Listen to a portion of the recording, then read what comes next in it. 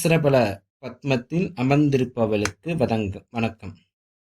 கதம்பவன வாசினி, கதம்ப வனமாக இருக்கக்கூடிய அந்த கதம்ப வனத்தில் வசிப்பவளுக்கு வணக்கம். சுதாசாகர மத்தியஸ்தா, அமிர்த கடலின் நடுவில் வசிப்பவளுக்கு வணக்கம். காமாட்சி, வசீகரிக்கும் கண்களை உடையவளுக்கு வணக்கம்.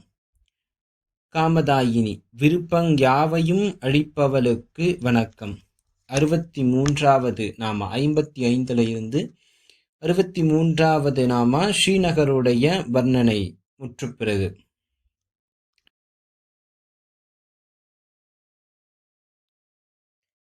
ஸ்ரீநகர் வர்ணனையில நம்ம ரொம்பவும் அதிகமாக கேட்கக்கூடிய ஒரு சொல் சிந்தாமணி கிரகம், மணி தீபம்.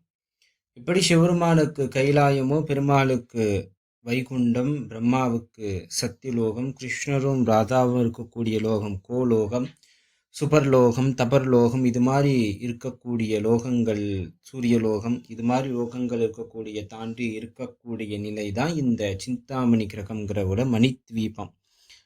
அப்போ பெரிய பிரம்மாண்டத்தின் சாயலாக இருக்கக்கூடியதான் இந்த மணித்வீபம்.